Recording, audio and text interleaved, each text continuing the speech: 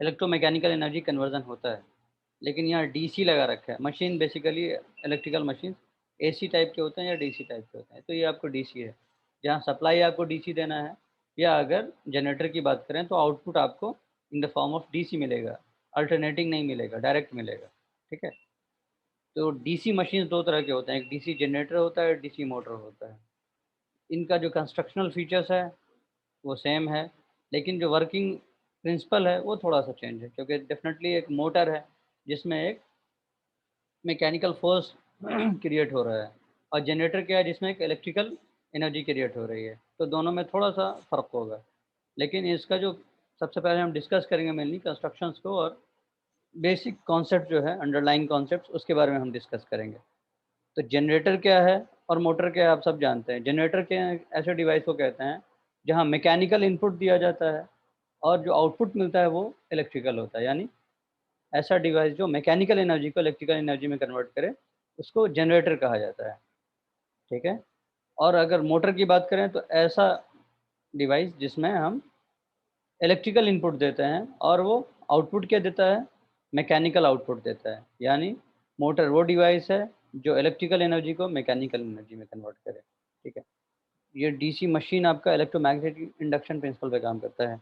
इससे पहले वाला सेशन जो हमने लिया था उसमें मैंने आपको बताया था कि under the influence of any magnetic field conductor पे किस टाइप से फोर्स लगता है। मैंने आपको लेफ्ट हैंड के पाम का इस्तेमाल करके दिखाया था कि फोर्स किसी करंट कंडक्टर पे किस ढंग से लगता है। आप फ्लक्स लाइंस की डायरेक्शन में इस ढंग से रखें ताकि वो आपके पाम को पियर्स कर रहा हो, और आपके जो बाकी 4 फिंगर्स हैं अदर देन थंब, वो आपके डायरेक्शन ऑफ करंट को दिखा रहा हो, तब जो आपका थंब है वो डायरेक्शन ऑफ फोर्स को रिप्रेजेंट कर रहा होगा। ठीक है, जो पिछले सेशन में बताया था उसको रिवाइज कर लीजिएगा, समझ में आ जाएगा। अब देखिए Friday law of electromagnetic induction होता क्या है। ये यही चीज़ है कि वेन एवर ए कंडक्टर, जो भी कंडक्टर आप बात कर रहे हैं, करंट कैरिंग कंडक्टर है, उसको अगर मैग्नेटिक फील्ड में रख दिया जाए, मैग्नेटिक फील्ड के इफेक्ट में रख दिया जाए, तो उस पर एक फोर्स लगता है। ठीक है ना, इसी चीज़ को इलेक्ट्रोमैग्नेटिक इंडक्शन से रिप्रेजेंट किया जा रहा है। ठीक है, Friday law of electromagnetic induction है क्या, when ever a conductor cuts magnetic flux, A dynamically induced EMF is produced in the conductor. ठीक है, इंड्यूस्ड टर्म इस्तेमाल कीजिएगा, प्रोड्यूस नहीं लिखिएगा। जब किसी कंडक्टर को मैग्नेटिक फील्ड में रखा जाता है और वो मैग्नेटिक फील्ड को, मैग्नेटिक फ्लक्स लाइंस को कट करे, तो उसके अंदर एक ईएमएफ इंड्यूस होता है, जो पिछले सेशन में मैं D phi by D T के टर्म्स में समझा रहा था, क्योंकि मैं ट्रांसफार्मर की बात कर रहा था। ठीक है, तो वहाँ पर D phi by D T का कॉन्सेप्ट होता है।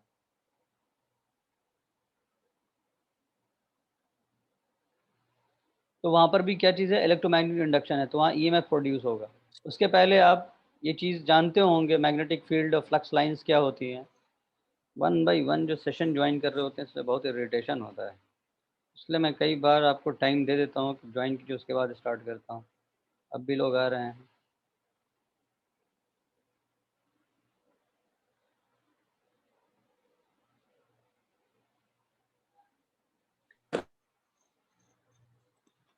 चलिए, फ्लक्स क्या चीज़ है। फ्लक्स को रिप्रेजेंट, जो मैग्नेटिक फील्ड आपका जो भी होता है उसके स्ट्रेंथ को रिप्रेजेंट करने के लिए उसमें फ्लक्स लाइंस दिखाया जाता है। उसको लाइंस है, जो आप लोगों ने अगर 12th किया होगा, तो अगर उसमें एक्सपेरिमेंट किया होगा, तो मैग्नेटिक कंपास के ज़रिए हम नीडल्स को, आयरन जो होते हैं उसको हम दिखाते हैं, जिस डायरेक्शन में फोर्स लग रहा होता है उस डायरेक्शन में ऑटोमेटिकली रीअरेंज हो रहा होता है। वो फ्लक्स लाइंस को ही रिप्रेजेंट कर रही होती है कि मैग्नेटिक फील्ड फोर्स किस किस डायरेक्शन में लग रहा है। तो क्या मैग्नेटिक फील्ड का इफेक्ट है किसी भी मैग्नेट के अराउंड, फोर्स के लाइन ऑफ एक्शन क्या है, उसको एक इमेजिनरी लाइन से शो किया जाता है। लाइन ऑफ फोर्स, उसी को कहते हैं फ्लक्स। फ्लक्स ऐसी कोई चीज़ नहीं है जो आपको विजिबल हो आँख से, ठीक है, कि आप उसको देख सकें, लेकिन उसका जो इफेक्ट होता है मैग्नेटिक फील्ड का, उसी को फ्लक्स के ज़रिए रिप्रेजेंट किया जाता है। ठीक है, इसका नोटेशन आमतौर पर फाई से रिप्रेजेंट किया जाता है। ठीक है, और इसका यूनिट वेबर है, WEBER, शॉर्ट में कैपिटल W स्मॉल b से रिप्रेजेंट किया जाता है। ठीक है, फ्लक्स लाइंस कहते हैं। पिछले भी सेशन में मैंने आपको बताया था कि फ्लक्स एक लिंकेज है और एक लीकेज भी होता है। ठीक है, जब मैं ट्रांसफार्मर बता रहा था आपको, तो मैंने कहा था कि प्राइमरी साइड में जो I इंटू एन की वजह से एमएमएफ आया, उस एमएमएफ की वजह से आपको फ्लक्स आया, उस फ्लक्स के D phi by D T की वजह से ईएमएफ आया। ये सब चीज़ें मैं समझा रहा था। तो मैं वहाँ पर मैं ये भी बता रहा था कि ये जो फ्लक्स आएगा वही सेकेंडरी साइड में भी फ्लक्स जाएगा, मैग्नेटिक पाथ को फॉलो करते हुए, जो मैग्नेटिक कोर बना रखा था हमने। तो वो जो फ्लक्स प्राइमरी साइड और सेकेंडरी साइड में कॉमन है, जिसको म्यूचुअल फ्लक्स भी कहा जाता है, उसको फ्लक्स लिंकेज कहेंगे। लेकिन कुछ फ्लक्स मैंने आपको वहाँ पर ड्रॉ करके दिखाया था कि फ्लक्स लीक कर जा रहा था। प्राइमरी का फ्लक्स प्राइमरी से ही बाहर निकल के वही एक लूप बना ले रहा था, वो सेकेंडरी में लिंक नहीं कर रहा था। तो जो फ्लक्स म्यूचुअल हो उसको लिंकेज फ्लक्स कहते हैं। यहाँ पर स्टेटर और रोटर दो डिफरेंट पार्ट्स होते हैं, तो इनके बीच में फ्लक्स का लिंकेज होना ज़रूरी है। ऐसा नहीं कि रोटर से जो रोटर कह रहा हूँ सॉरी, जो मैग्नेटिक फील्ड आपका यहाँ पर लगाया हुआ होता है, वो आपस में ही अगर अपना क्लोज लूप बना ले, वो आपके आर्मेचर को क्रॉस नहीं करे, आर्मेचर कंडक्टर को, तो उसको कहेंगे लीकेज फ्लक्स। और जो लिंक करे दोनों को उसको कहेंगे लिंकेज फ्लक्स। ठीक है ना? ये आगे चीजें समझ में आ जाएगी, इस चीज के लिए इतना घबराने की जरूरत नहीं है अगर अभी ना समझ में आ रहा हो तो। ठीक है, फ्लक्स सिंपली समझिए जो दोनों पार्ट को बीच लिंक। बीच में सर आपका आवाज। मेरी आवाज कट जा रही है? Yes sir. अभी ठीक है ना? अभी आवाज यस आ सर। रही है? चलो ठीक है। देखिए फ्लक्स लिंकेज क्या है, extent of interaction between flux and conductor. ये सिंपल जबान में लिखा हुआ है। मैं आपको यहाँ पर चूंकि ड्रॉ करने में प्रॉब्लम होता है इसलिए बार बार ड्रॉ नहीं करता हूँ। पिछले सेशन में मैंने आपको जब ट्रांसफार्मर बता रहा था मैं, तो मैंने आपको बताया था कि सॉरी, ये डायग्राम नहीं, ये इस ढंग से डायग्राम बनाइए। ठीक है, कि एक वाइंडिंग हमने इधर लपेट दिया है, ठीक है, और एक वाइंडिंग हमने इधर लपेट दिया है। ये स्टैटिक डिवाइस है, मैं सिर्फ समझाने के लिए समझा रहा हूँ कि एक फ्लक्स यहाँ क्रिएट हुआ था जो कि इस तरफ भी घूम कर जा रहा था। ठीक है, तो इसको कहेंगे म्यूचुअल फ्लक्स। क्यों? क्योंकि जो इसके पास है वही इसके पास है, ये कॉमन फ्लक्स है, म्यूचुअल फ्लक्स है। ऐसा फ्लक्स जो दोनों में कॉमन हो उसको म्यूचुअल फ्लक्स कहेंगे। इसी को लिंकेज फ्लक्स भी कहेंगे। क्यों? क्योंकि ये दोनों वाइंडिंग को लिंक कर रहा है, लिंकेज फ्लक्स है ये। ठीक है, और कुछ फ्लक्स ऐसे भी होते हैं जो यहाँ क्रिएट होंगे और यहीं पर घूम के ख़त्म हो जाएंगे, यहाँ क्रिएट होंगे यहीं पर घूम के ख़त्म हो जाएंगे। तो ये जो फ्लक्स है ये सेकेंडरी साइड तो गया ही नहीं, उसको कहते हैं लीकेज फ्लक्स, जो लीक कर गया, लीकेज एल ए। ठीक है, लीकेज फ्लक्स है। सिमिलरली जब डीसी मशीन का केस होता है, तो आप सपोज करिए आपका फील्ड है, ये आपका रोटर है जिसमें आर्मेचर वाइंडिंग्स लपेटी हुई, इसी में स्लॉट्स बने हुए होते हैं। ठीक है, गड्ढे होते हैं इनके बीच में। ठीक है, इसमें कंडक्टर्स होते हैं।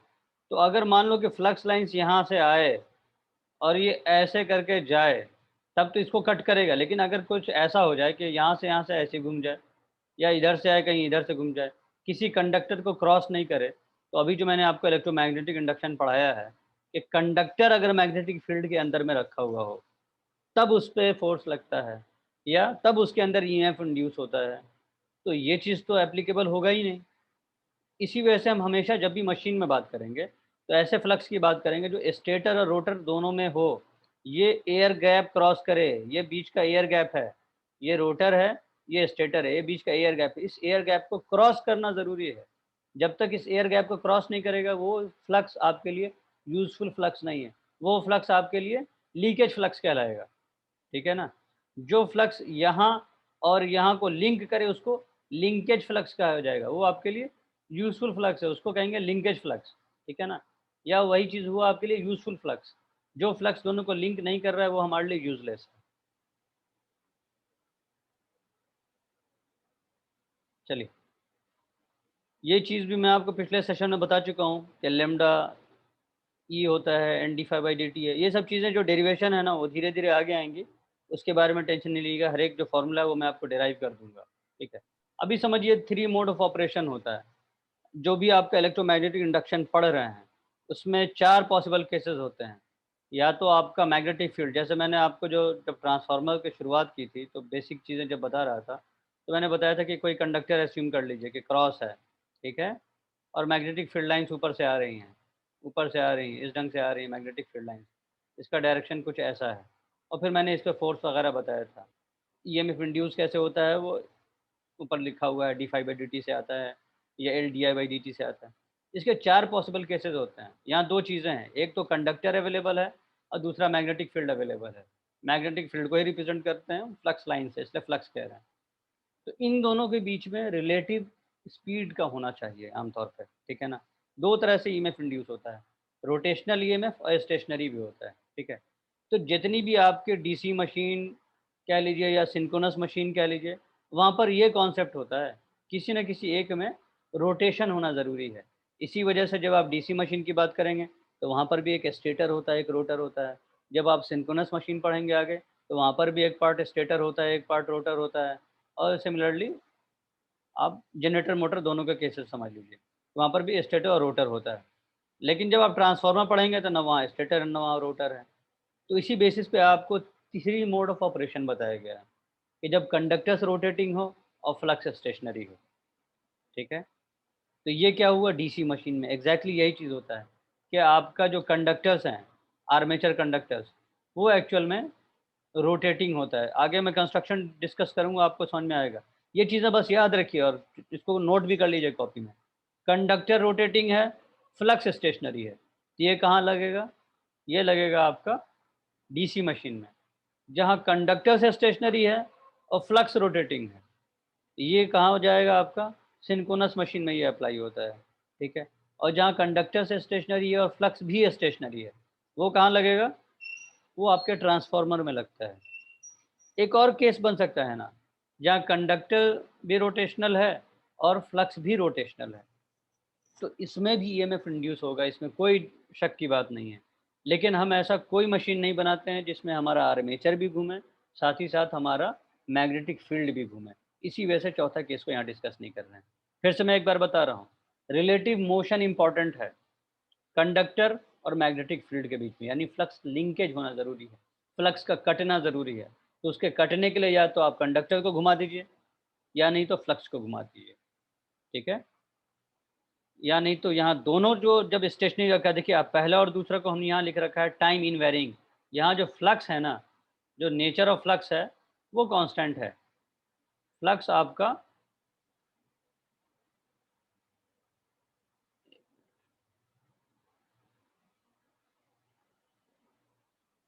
फ्लक्स फ्लक्स आप ट्रांसफार्मर के केस में देखेंगे, तो ट्रांसफार्मर के केस में फ्लक्स की इक्वेशन क्या लिखते थे? हमने आपको बताया भी था, साइन ओमेगा के टर्म में लिख कर आएगा सब इक्वेशन वो, ठीक है? तो वहाँ फ्लक्स का equation phi M sine omega T लिख कर आएगा, ठीक है? तो यहाँ जो फ्लक्स है आपका साइनसॉइडल है, अल्टरनेटिंग है, ये मैं बताना चाह रहा हूँ। टाइम वेरिंग है, टाइम के साथ-साथ बदलेगा। कभी फ्लक्स की वैल्यू 0 है, तो कभी फ्लक्स 90 पे मैक्सिमम है, 180 पे अगेन 0 है, फिर इसके आगे बढ़ने पे अपोज़िट पोलैरिटी के साथ है। तो ये किसके साथ है? ये ट्रांसफार्मर में हो रहा है। ये कंडक्टर स्टेशनरी और फ्लक्स स्टेशनरी के केस में होता है। यहाँ फ्लक्स टाइम वेरिंग है। पहला दूसरा केस जिसमें दोनों में से एक पार्ट को हमने हमेशा रोटेटरी रखा है, वहाँ पर फ्लक्स इन वेरिंग है, मतलब फ्लक्स टाइम के साथ चेंज नहीं होता है। फिर से समझा रहा हूँ मैं। यहाँ पर आप डीसी मशीन में देख लीजिए। डीसी मशीन में एग्ज़ाम्पल लीजिए, तो डीसी मशीन में जो मैग्नेटिक फ़ील्ड प्रोड्यूस होता है, मैग्नेटिक फ़ील्ड प्रोड्यूस, ये है मैग्नेट, ये है आपका आर्मेचर कंडक्टर रोटर पर रखा हुआ। तो यहाँ इसमें डीसी सप्लाई दी जाती है आपके मैग्नेट में। यहाँ वाइंडिंग लपेटा होता है इस पे, ठीक है ना? इस पे वाइंडिंग लपेटा होता है। तो ये सप्लाई जो दे रहे होते हैं वो क्या होता है? वो हमेशा डीसी टाइप का एक्साइटेशन होता है। तो डीसी से जो आपका फ्लक्स प्रोड्यूस होगा वो कांस्टेंट होगा। अल्टरनेटिंग करंट आया था, तो अल्टरनेटिंग करंट को एन से मल्टीप्लाई किया था, तो अल्टरनेटिंग एमएमएफ पैदा हुआ था। उस अल्टरनेटिंग एमएमएफ से अल्टरनेटिंग फ्लक्स पैदा हुआ था। समझ रहे हैं? ये इक्वेशन रिलेशन आपको मैंने पिछले सेशन में ही बताया था। सबसे पहले वोल्टेज सोर्स लगाया था ट्रांसफार्मर जो अल्टरनेटिंग नेचर का था। उससे जो करंट आया वो अल्टरनेटिंग नेचर का होगा। उस करंट इनटू एन की वजह से जो एमएमएफ प्रोड्यूस हुआ जिसको एफ से रिप्रेजेंट कर रहे हैं, वो भी अल्टरनेटिंग होगा। इस एमएमएफ की वजह से जो फ्लक्स आएगा वो भी अल्टरनेटिंग होगा। तो इस एमएमएफ से जो आएगा ईएमएफ वो भी अल्टरनेटिंग होगा। ठीक है? ये सब चीज़ें हैं कहाँ? जो आपको ट्रांसफार्मर में बता रहा था, क्योंकि अल्टरनेटिंग पहले से इस्तेमाल किया था। लेकिन जब हम डीसी मशीन या सिंक्रोनस मशीन की बात करते हैं, तो हमारा फील्ड वाइंडिंग हमेशा एक्साइटेड बाय डीसी होता है, कांस्टेंट फ्लक्स होता है, वहाँ कोई वेरिएशन की पॉसिबिलिटी नहीं है। तो जब अगर फ्लक्स वेरी नहीं करेंगे तो हमारे पास ऑप्शन क्या बच रहा है? कंडक्टर्स को वेरी करा देना, ठीक है ना? ताकि दोनों के बीच में रिलेटिव मोशन हो सके, ताकि ईएमएफ इंड्यूस हो सके, ठीक है? यही इलेक्ट्रोमैग्नेटिक इंडक्शन के 3 मोड ऑफ ऑपरेशन है। इस चीज़ को नोट कर लीजिएगा। When conductors are rotating and flux is stationary, this case is applicable to DC machine. तो कंडक्टर्स रोटेटिंग है, तो कंडक्टर को रखेंगे कहाँ पर? रोटेशनल पार्ट पे, यानी रोटर्स पे रखा जाता है। हम सिंक्रोनस मशीन की बात करेंगे तो कह रहे हैं कंडक्टर्स स्टेशनरी है। इसका मतलब कंडक्टर को किस पर रखेंगे? स्टेटर पे रखेंगे। और फ्लक्स रोटेशनल है, इसका मतलब फ्लक्स किससे आएगा? मैग्नेटिक फील्ड से आएगा। मैग्नेटिक फील्ड किससे आएगा? फील्ड वाइंडिंग से आएगा। यही जो सप्लाई हमने प्रोवाइड किया है। तो फील्ड वाइंडिंग कहाँ होगा? रोटर पे होगा। ये चीज़ें आगे आएंगी, लेकिन जो चीज़ें बताता जा रहा हूँ उसको समझने की कोशिश कीजिए, ठीक है? कि हमको हमेशा कंडक्टर और फ्लक्स के बीच में रिलेटिव स्पीड क्रिएट करने की कोशिश करना है, ताकि फ्लक्स लाइंस कंडक्टर को कट कर सके, उसके अंदर ईएमएफ इंड्यूस हो सके, ठीक है? अब मैं इसके आगे बढ़ता हूँ।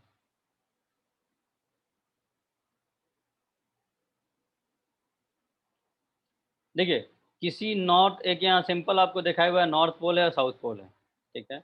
बीच में कोई कंडक्टर रख दिया है, ये कंडक्टर है, ठीक है ना? ये जो आपको दिखाया हुआ है इस ढंग का,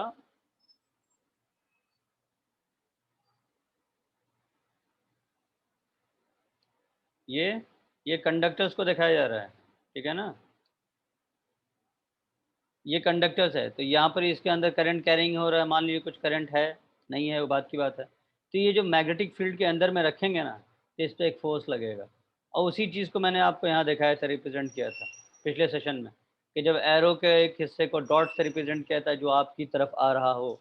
अगर एरो आपकी तरफ आ रहा होगा तो आपको एरो का फ्रंट हिस्सा दिखेगा, जो सिर्फ सिर्फ डॉटेड दिखेगा। और एरो जब आपसे दूर जा रहा हो, यानी इनटू द स्क्रीन हो, नेगेटिव जेड एक्सिस हो, तो वो क्रॉस दिखाएगा, उसी को यहाँ रिप्रेजेंट किया हुआ है, ठीक है? यहीं पर ये चीज़ें लिखी हुई है। धीरे के अंडर द इन्फ्लुएंस होगा तो ईएमएफ इंड्यूस होगा, ईएमएफ इंड्यूस होगा तो करंट आएगा, तो वो डीसी जनरेटर की तरह काम करेगा। लेकिन जब हम पहले से उसके अंदर करंट सप्लाई कर देंगे, तो एक current carrying conductor under the influence of magnetic field एक फोर्स एक्सपीरियंस करेगा। तो फोर्स की वजह से उसमें मैकेनिकल हिस्सा आ जाएगा, मैकेनिकल आउटपुट आएगा। तो मैकेनिकल आउटपुट जिसको आता है उसको क्या कहते हैं? उसको मोटर कहते हैं। लेकिन डीसी कह रहे हैं, क्योंकि ये नॉर्थ और साउथ पोल जो आया है, ये परमानेंट मैग्नेट्स नहीं है किसी भी कॉइल के ऊपर। ये चीज़ें आप लोगों ने 10 तक भी पढ़ी होंगी। हम वाइंडिंग लपेट दें, ठीक है, और इसमें हम करंट सप्लाई करें, तो इसमें मैग्नेटिक फील्ड क्रिएट हो जाता है। इस मटेरियल के अंदर मैग्नेटिक प्रॉपर्टीज़ क्रिएट हो जाती हैं। और वैसे मैग्नेटिक मटेरियल को क्या कहते हैं? इलेक्ट्रोमैग्नेट्स। क्योंकि उसमें by the supply of electric current हमने उसके अंदर मैग्नेटिक बिहेवियर को क्रिएट किया है। तो यहाँ जो आपका नॉर्थ पोल और साउथ पोल है, वो इलेक्ट्रोमैग्नेट्स ही हैं, ठीक है? क्योंकि अगर आप परमानेंट मैग्नेट का इस्तेमाल करेंगे, तो परमानेंट मैग्नेट का मैग्नेटिक स्ट्रेंथ को आप मैनिपुलेट नहीं कर सकते हैं, चेंज नहीं कर सकते हैं। लेकिन आप डीसी मशीन पढ़ेंगे तो आपको बाद में दिखेगा, डीसी मशीन में स्पीड कंट्रोल में हमको फ्लक्स चेंज करने की ज़रूरत पड़ती है। फ्लक्स को कम करना है, फ्लक्स को बढ़ाना है। तो फ्लक्स कम और घटना होता किससे है? मैग्नेटिक फील्ड से होता है। तो मैग्नेटिक फील्ड ही अगर आप परमानेंट कर दिया, तो उसमें तो कोई चेंजेस की पॉसिबिलिटी ही नहीं रहेगी। इसी वजह से मैग्नेटिक फील्ड को हम हमेशा इलेक्ट्रोमैग्नेट के तौर पे इस्तेमाल करते हैं। यानी मैग्नेटिक फील्ड बनाएँगे कैसे?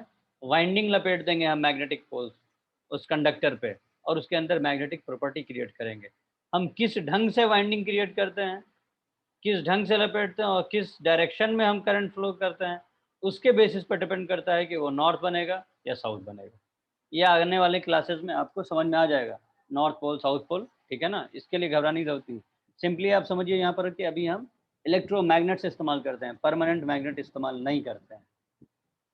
ये इक्वेशन याद रखिएगा आप, E इक्वल टू NdΦ/dt। आगे डीसी मशीन में आपको ईएमएफ का और टॉर्क का अलग से इक्वेशन आएगा, जिसको मैं डिराइव भी कर दूंगा, ठीक है? लेकिन ये चीज़ें सिंपली आप समझ के रखिए। ये आप फ्राइडे राइट हैंड रूल पढ़ा होगा आपने, वो उसी चीज़ को रिप्रेजेंट कर रहा है कि अपने हाथ को इस ढंग से दाएं हाथ को बढ़ाएं कि आपका फोर्स का डायरेक्शन, सॉरी, थंब अगर आपका डायरेक्शन रोटेशन दिखा रहा हो, middle finger direction of EMF दिखा रहा हो, तो ये कौन सा उंगली दिखाएगा बताइए? पढ़ा है नहीं पढ़ा है फ्लेमिंग राइट हैंड रूल, कोई बताए? बताओ भाई, किसी ने फ्लेमिंग राइट हैंड रूल नहीं पढ़ा है?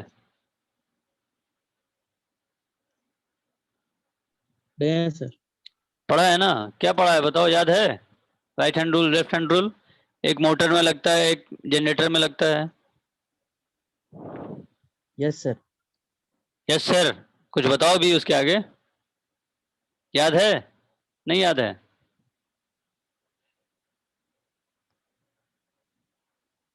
चलिए ठीक है, आपको इसके ज़्यादा समझाने के लिए मुझे ज़रूरी है कि पहले आपको बेसिक कंस्ट्रक्शंस के बारे में मैं बता दूं। ठीक है, तभी ये सब चीज़ें बताऊंगा तो थोड़ा समझ में आएगा। ठीक है, तो कंस्ट्रक्शन डिटेल्स देखिए स्क्रीन पे जो आपके दिख रहा है, सिंपली डीसी मशीन का, ये सामने से जब देखेंगे ना तो ऐसा दिखेगा।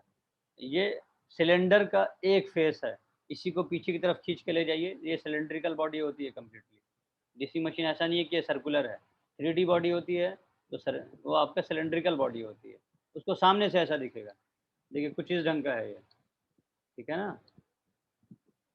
और ये एक नीचे बेस बनाया हुआ होता है ताकि इसको हम ज़मीन पर रख सकें।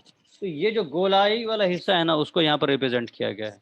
सबसे बाहर का जो हिस्सा है उसको क्या कहा गया है? Outer frame. तो आउटर फ्रेम करता क्या चीज़ है?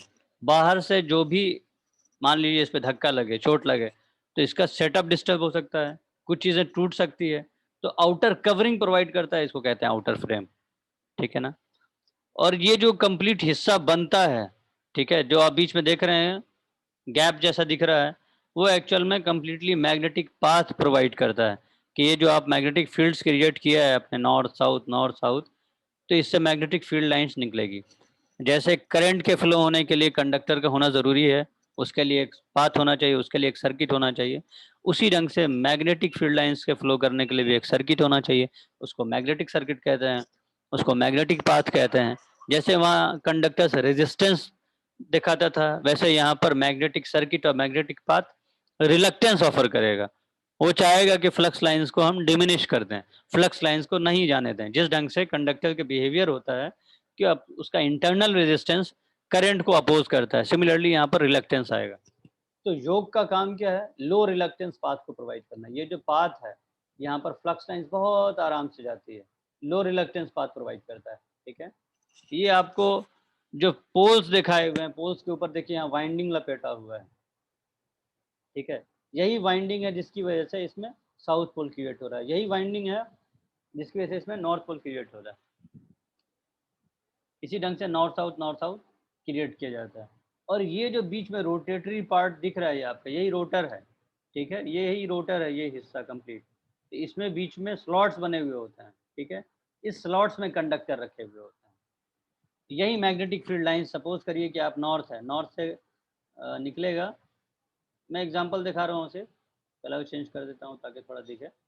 नॉर्थ से मान लीजिए मैग्नेटिक फील्ड लाइंस निकली और गई साउथ में, और इधर से आके बंद हो गई, इधर से निकली, इधर से आई और इधर से बंद हो गई। ये मैग्नेटिक फील्ड लाइंस इस कंडक्टर को कट करेगा, यहाँ यही होता है। ठीक है, ये आपका बाहर का पोर्शन, ये जो साउथ नॉर्थ है, ये सब मैग्नेटिक मैग्नेट्स वो स्टेशनरी हैं। ठीक है, और ये बीच में कंडक्टर्स रोटेट करते रहते हैं। ठीक है, ये कंडक्टर्स रोटेट करते हैं, तो फ्लक्स वेरी कर जाता है, फ्लक्स लिंकेज होता रहता है, कभी बढ़ा कभी घटा, कभी किसी में कट किया कभी किसी में कट नहीं किया। तो उसी की वजह से इसमें ईएमएफ इंड्यूस होता है, और जिस ईएमएफ की वजह से करंट आएगा। इसमें डीसी मशीन में भी जो ईएमएफ इंड्यूस होता है वो अल्टरनेटिंग इन नेचर ही होता है, वो प्रोड्यूस एसी ही करता है। लेकिन डीसी मशीन में एक रेक्टिफायर का इस्तेमाल किया जाता है, मैकेनिकल रेक्टिफायर है, कम्यूटेटर कहते हैं उसको। ठीक है, जिसकी वजह से वो एसी डीसी में कन्वर्ट हो जाता है। ठीक है, इसी के साथ ये कम्यूटेटर सेगमेंट लगा रहता है, ये जो गोलाई दिखाए हुए हैं ना, इसी ढंग से ये कम्यूटेटर सेगमेंट लगा होता है, और उसी कम्यूटेटर सेगमेंट के साथ ब्रशेस कनेक्ट होते हैं। ये जो आपको काला काला दिख रहा है, ठीक है, ये ब्रशेज हैं, और यहाँ पर इस ढंग का बना हुआ होता है कम्यूटेटर सेगमेंट। वो नंबर ऑफ पोल्स पर डिपेंड करता है कि कितना कम्यूटेटर सेगमेंट है। तो इसी चीज़ को, हर एक पार्ट को थोड़ा थोड़ा डिस्क्राइब करेंगे। आप लोगों से एग्जामिनेशन में भी ये चीज़ें पूछी जाती है, तो बेसिक बातें आपको पता होनी चाहिए, हम उसको डिस्क्राइब कैसे करें। ब्रॉड क्लासिफिकेशन क्या कहेंगे? एक पार्ट स्टेशनरी, एक पार्ट रोटेटरी है। ठीक है, स्टेशनरी पार्ट में मैग्नेटिक फील्ड को प्रोड्यूस कराया जाता है। तो मैग्नेटिक फील्ड प्रोड्यूस कराना होता है तो हमें उसमें कुछ वाइंडिंग लगानी होती है, क्योंकि यहाँ पर हम इलेक्ट्रोमैग्नेट्स इस्तेमाल कर रहे हैं, अभी बताया मैंने। तो जो वाइंडिंग लपेटेंगे मैग्नेटिक फील्ड प्रोड्यूस करने के लिए, उसको क्या कहेंगे? Field winding. ठीक है, ये जो आपको नॉर्थ और साउथ के साथ लगे हुए वायर्स दिख रहे हैं ना, इसको कहते हैं फील्ड वाइंडिंग। ठीक है, आप समझ लीजिए, खुद से लिख लीजिएगा फील्ड वाइंडिंग। ठीक है, सिमिलरली ये जो रोटर है, रोटर में आर्मेचर कंडक्टर्स डाल दिए जाते हैं, तो इन सबको क्या कहते हैं? Armature winding. ठीक है, तो आप इस ढंग से भी क्लासिफाई कर सकते हैं, एक हुआ फील्ड वाइंडिंग, एक हुआ आर्मेचर वाइंडिंग। फिर बाकी डिफरेंट पार्ट्स के बारे में बताएंगे हम। क्या आउटर फ्रेम है? आउटर फ्रेम करता क्या है? एक तो इन लोगों के लिए घर बना देता है ताकि अंदर बाकी चीज़ें रखी जा सके, और साथ ही साथ बाहर से किसी भी एक्सटर्नल डिस्टर्बेंस को उससे प्रोटेक्ट करता है। ये बेस बनाया हुआ है ताकि मशीन आपकी ठीक से रखी जा सके। ठीक है, और ये शाफ्ट क्या हुआ? अगर मान लीजिए कि मोटर है, तो मोटर जैसे आपका पंखा चलता है तो इसके साथ रॉड निकला हुआ होता है ना जी, इसमें रॉड निकला होगा तभी तो इसमें किसी और चीज़ से फंसा दिया जाएगा। ठीक है, जिसकी वजह से वो चीज़ भी रोटेट करेगी, क्योंकि इसके रोटेट करने का पर्पस क्या है? जैसे आप पंखा देखिए, अभी भी आपके घर में पंखा चल रहा होगा, हालांकि वो डीसी मशीन नहीं है, लेकिन समझने के लिए समझिए, उसमें कुछ रॉड निकला होता है, तब तो फिर पंखा का गोल वाला हिस्सा उसके साथ कनेक्ट किया जाता है। अगर कुछ होगा ही नहीं तो उसमें कनेक्ट क्या करेंगे? तो उसी को कहा जाता है शाफ्ट, जिसपे कोई मैकेनिकल लोड को कनेक्ट किया जा सके। ठीक है ना, इसी को शाफ्ट कहा जाता है। तो यहाँ इसी चीज़ को शाफ्ट को रिप्रेजेंट किया, बीच में जो गोलाई है, अगर आप ये लंबा रॉड निकला हुआ होता है। ठीक है ना, और इसी पे आपके armature conductor round round round round rotate कर रहे होते हैं। ठीक है, ये साथ में कनेक्टेड होता है तो ये भी रोटेट करेगा। ठीक है ना, और ये बाहर का पोर्शन क्या चीज़ है? ये स्टेटर है। सबसे बाहर के पोर्शन के स्टेटर को क्या कहेंगे? आउटर फ्रेम कहेंगे। योक मैंने बता दिया, जिसमें मैग्नेटिक फील्ड लाइंस गुजरेंगी और उसके लिए वो लो रिलक्टेंस पाथ प्रोवाइड करेगा। ठीक है, यही सबसे ज़्यादा इंपॉर्टेंट है।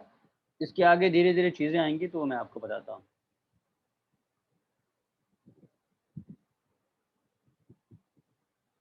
देखिए, यही चीज़ दिखाया हुआ है, यही शाफ्ट हुआ, रॉड निकला हुआ है, यही ब्रशेस कनेक्टेड होते हैं आपके शाफ्ट पे ही। ठीक है, वो कम्यूटेटर सेगमेंट के ज़रिए कनेक्टेड होते हैं। ब्रशेस वैसे रहेंगे।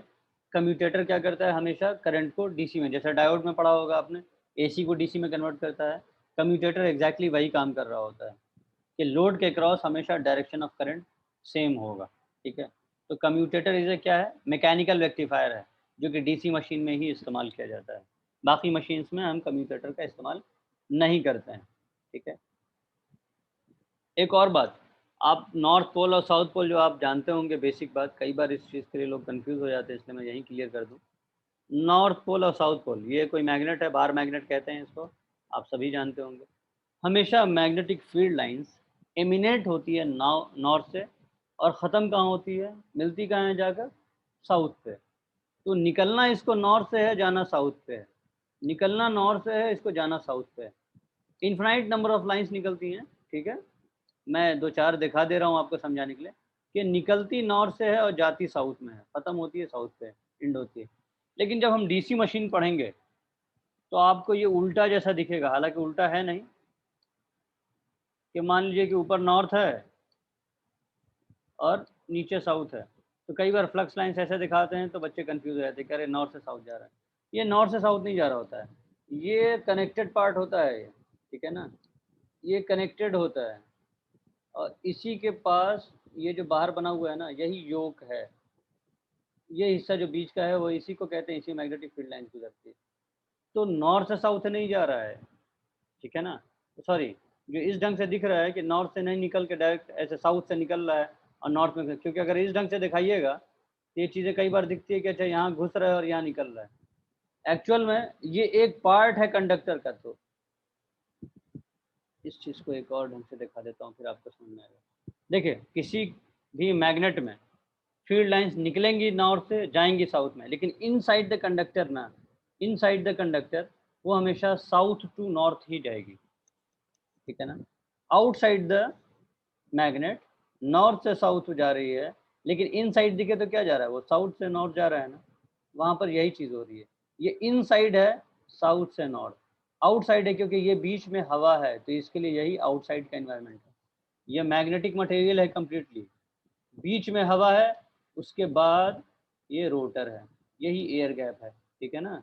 ये जो इतना डिस्टेंस दिख रहा है ये एयर गैप है, इसलिए मैग्नेटिक फील्ड लाइन्स इसमें यहाँ जाएंगी। आप में हरगिज़ मैग्नेटिक फील्ड लाइन्स को उल्टा नहीं कर दीजिएगा, ये डीसी मशीन के केस में ऐसे ही होगा, ठीक है। कई बार लोग उल्टा पुल्टा समझ जाते हैं, इसलिए से इस चीज़ को समझा रहा हूँ। मैग्नेटिक मटेरियल में मैग्नेटिक जो मैग्नेट है उसमें हमेशा फील्ड लाइन्स नॉर्थ से निकलती है, साउथ में जाती है, एक्सटर्नल इन्वायरमेंट के लिए, बाहर में। लेकिन इनसाइड द मैग्नेट क्या होता है, साउथ से नॉर्थ जाता है। तो इनसाइड द मैग्नेट क्या हो रहा है, साउथ से नॉर्थ जाएगा। लेकिन आउटसाइड द मैग्नेट क्यों, आउटसाइड क्यों है, क्योंकि यहाँ बीच में एयर गैप है, इसलिए इसको आउटसाइड द मैग्नेट कहेंगे, ठीक है। तो ये नॉर्थ से साउथ जा रहा है, मैग्नेटिक फील्ड लाइन इस ढंग से जाएंगे, ठीक है। टाइम खत्म हो रहा है, इतना समझने की कोई परेशानी है तो बताइए। मैं एक लिंक और भेजूंगा, अभी मैं एक और बार क्लास ले लूंगा, ठीक है। इतना समझने की कोई परेशानी है तो सर बताइए। थोड़ा, सर लो रिलक्टेंस पाथ सर थोड़ा सा सर अच्छा से सर समझा दीजिए ना। लो रिलक्टेंस पाथ समझा देता हूँ, चलो। पिछले सेशन में मैंने एक चीज़ बताया था आप लोगों को, रिलक्टेंस का। जिस ढंग से सॉरी यार, V equal to I R होता है, ये चीज़ बार बार मैं बताता हूँ, इस चीज़ को याद रखिएगा हमेशा, ठीक है ना। ये हो गया आपका इलेक्ट्रिकल सर्किट के लिए formula, V equal to I R, ठीक है। ओम्स लॉ है, आप सभी जानते हैं। इसको ईएमएफ भी कहा जाता है, इलेक्ट्रोमोटिव फोर्स, जिसकी वजह से करंट निकलेगा, और उसको जो अपोज करेगा उसको कहेंगे रेजिस्टेंस। सिमिलरली मैग्नेटिक सर्किट में क्या होता है, इलेक्ट्रोमोटिव फोर्स की जगह पर होता है मैग्नेटोमोटिव फोर्स, एमएमएफ। करंट की जगह पर वहां पर क्या निकलेगा, फाई, फ्लक्स। और रेजिस्टेंस की जगह पर वहां क्या निकलेगा, रिलक्टेंस, ठीक है। तो रिलक्टेंस वही चीज़ है जिस ढंग से रेजिस्टेंस है। लेकिन यहाँ रिलक्टेंस का फॉर्मूला भी जान लीजिए आप कि एल अपॉन म्यू ए होता है। एल क्या चीज़ है, एयर गैप को रिप्रेजेंट करता है, और एरिया ऑफ क्रॉस सेक्शन है। तो ये जो आप गैप देख रहे हैं यहाँ पर, ये जो गैप है, ठीक है, इसको रिप्रेजेंट कर रहा होता है कि कितना एयर गैप को क्रॉस करना पड़ेगा मैग्नेटिक फील्ड लाइंस को। जितना ज़्यादा क्रॉस कराइएगा उतना ज़्यादा रिलक्टेंस होगा, यानी उतना ज़्यादा मुश्किल होगी। जितना कम गैप रहेगा मैग्नेटिक फील्ड के बीच में और कंडक्टर के बीच में, तो उतना आसान है उसको कंडक्टर तक पहुंचना, कंडक्टर को कट करना। तो जितना दूरी बढ़ाइएगा, जितना गैप बढ़ाइएगा, मैग्नेटिक फील्ड लाइंस को और मेहनत करना पड़ेगा उसको क्रॉस करने के लिए, यानी मैग्नेटिक फील्ड लाइंस को मजबूत होना पड़ेगा क्रॉस करने के लिए। अदरवाइज वो सफिशिएंट स्ट्रेंथ के साथ क्रॉस नहीं कर पाएगा और sufficient amount of magnetic field produce नहीं कर पाएगा, जो आपके सक्सेसफुल ऑपरेशन के लिए सफिशिएंट नहीं होगा, ठीक है। तो जिस ढंग से रेजिस्टेंस के लिए था, ये रिलक्टेंस के लिए है। वो साथ ही साथ मटेरियल पर डिपेंड करता है, जैसे रेजिस्टेंस आपके रेजिस्टिविटी पर ऑफ द मटेरियल पर डिपेंड करता था, सिमिलरली ये परमिएबिलिटी ऑफ द मटेरियल पर डिपेंड करता है। और परमिएबिलिटी क्या होता है, एबिलिटी किसी मटेरियल की कि उसमें से कितना मैग्नेटिक फील्ड लाइंस क्रॉस करेगा, उसी को परमिएबिलिटी कहते हैं। एबिलिटी ऑफ एनी मटेरियल कि उसमें से कितना मैग्नेटिक फील्ड लाइंस क्रॉस करे, उसको परमिएबिलिटी कहते हैं। और जैसे रेजिस्टेंस में एरिया ऑफ क्रॉस सेक्शन था, यहाँ पर भी एरिया ऑफ क्रॉस सेक्शन है। यही है रिलक्टेंस का फॉर्मूला। तो जैसे लो रेजिस्टेंस में करंट मैक्सिमम जाएगा, उसी ढंग से लो रिलक्टेंस में फ्लक्स मैक्सिमम जाएगा। तो यहाँ पर हम फ्लक्स को मैक्सिमाइज करना चाहेंगे ना, इसलिए पाथ को हम लो रिलक्टेंस का बनाते हैं। जैसे करंट को मैक्सिमाइज करना है तो रेजिस्टेंस को मिनिमाइज करेंगे, इसी ढंग से अगर हमको फ्लक्स को मैक्सिमाइज